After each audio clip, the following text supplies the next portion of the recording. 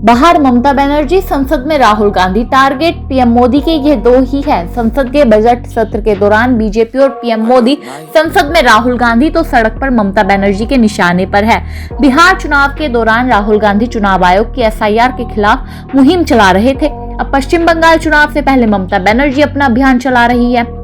मुद्दा बिल्कुल अलग था और मौका भी, लेकिन निशाना एक ही रहा। संसद के बाहर ममता बनर्जी और सदन में राहुल गांधी। आपसी मतभेदों के बावजूद दोनों का राजनीतिक निशाना एक ही नजर आया है। केंद्र में सत्ताधारी बीजेपी, पीएम मोदी तो दोनों के निशाने पर थे, लेकिन ममता बनर्जी के निशाने पर चुनाव आयोग भी आ रहा है। राहुल गांधी भी पहले वोट चोरी, गद्दी छोड़ नारा लगा रहे थे, लेकिन अब वो उससे आगे बढ़ चुके हैं।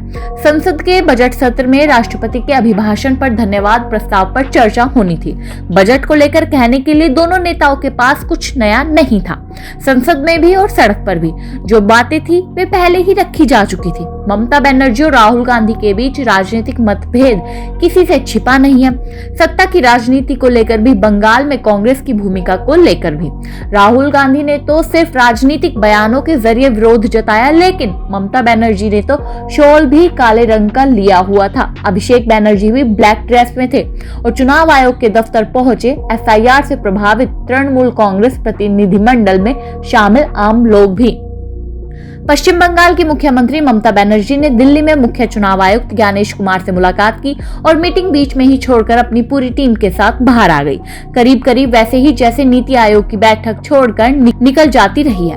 बताते हैं, शुरू में बैठक काफी सकारात्मक लग रही थी, लेकिन अचानक ममता बनर्जी ने टेबल पर हाथ मारा और बैठक छोड़कर बाहर निकल गई। मीडिया से बातचीत में चुनाव आयोग पर ममता बनर्जी ने तीखा हमला भी किया। चुनाव आयोग की तरफ से भी ममता बनर्जी पर दुर्व्यवहार का इल्जाम लगाया गया है।